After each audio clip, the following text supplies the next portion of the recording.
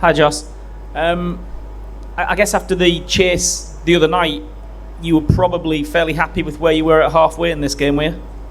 Yeah, we were. I think the wicket was probably a little bit slower than everyone expected. So yeah, I think 160 was about a par score. I thought we bowled really well in the back sort of 10-15 overs there to restrict them.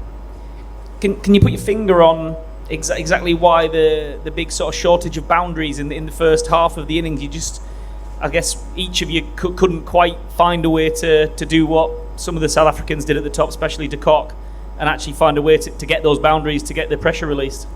Yeah, exactly. I think that's the difference in the game. I think the way Quinny played at the top, sort of really put us under a lot of pressure, and played some great shots, and we weren't able to match that. And just with the fielding today, you produced a couple of excellent dismissals. South Africa picked up the baton, and actually the catch at the end, was that almost another winning moment, the catch off Brook, because it's not a percentage catch. Yeah, no, it's a great catch, and that's what I think South Africa for over a long period of time have prided themselves on great fielders. You think of Rhodes, Gibbs, De Villiers, all these guys. So yeah, I think they always are a good fielding team. When the final equation of this group is set up and you find out whether you go through again, might you end up extremely thankful to Harry Brook that this was a defeat but not a big one? Yeah, I think we played really well there. I think Brook and Livingston had a fantastic partnership to, like I say, on a slow wicket where other guys struggled.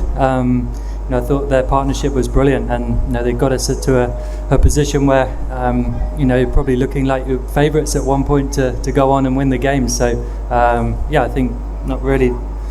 The big picture is obviously net run rate is that, but I thought that was an awesome partnership and just couldn't quite finish it off.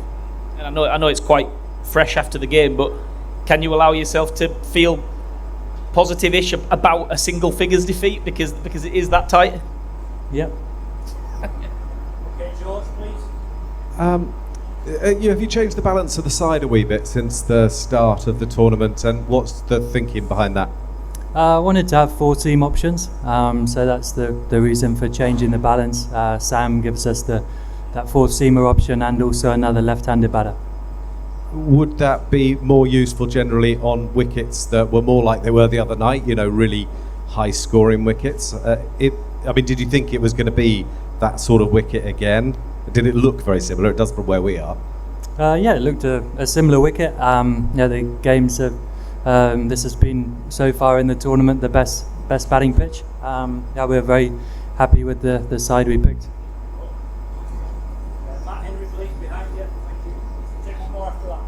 Joss, you're not taking many early wickets, but seem to get into a position with the ball where you'd probably be quite happy with, I guess. Is that fair? And why do you think you're not getting the wickets but are getting to where you want to be? How do you kind of sum up how you're going with the ball?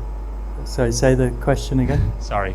You're not taking too many wickets with the new ball, but are probably getting to where you want to be with the targets. Maybe I don't know if you agree. What do you think, and why do you think you're not getting wickets to the ball with the new ball? And what do you think of how you've gone generally as a result of that? For me, I think everyone's striving for early wickets in T20 cricket. It's the best time to bat, obviously, but the ball can swing a bit. So I thought Topley was bowled really well. The tougher overs in the power play today were from the bottom end, which de Kock really took on and took some risks and played well. So as I mentioned, I felt like the power play was the difference in the game. I think the way Quinny could bat at the rate that none of us could bat at for, but like I say, we fought back brilliantly well with the ball and restricted a really strong lineup to what was about a par score probably. Go ahead, last one. Josh, could I just ask about the wind? It feels like it's played a massive role in the 2 games here. Could you just talk a bit about sort of how you've tried to use that both as a batting side and a bowling side, and I suppose whether today's was even bigger than a couple of nights ago? Yeah, the wind's been playing a big part in all the games with just a simple plan to try and get people to hit into the wind as opposed to with it. That's another reason for the team balance like we have, to have that 4th seamer and another left-handed batter, so it gives us another option, the left hand, right hand combination to try and have somebody hitting with the wind.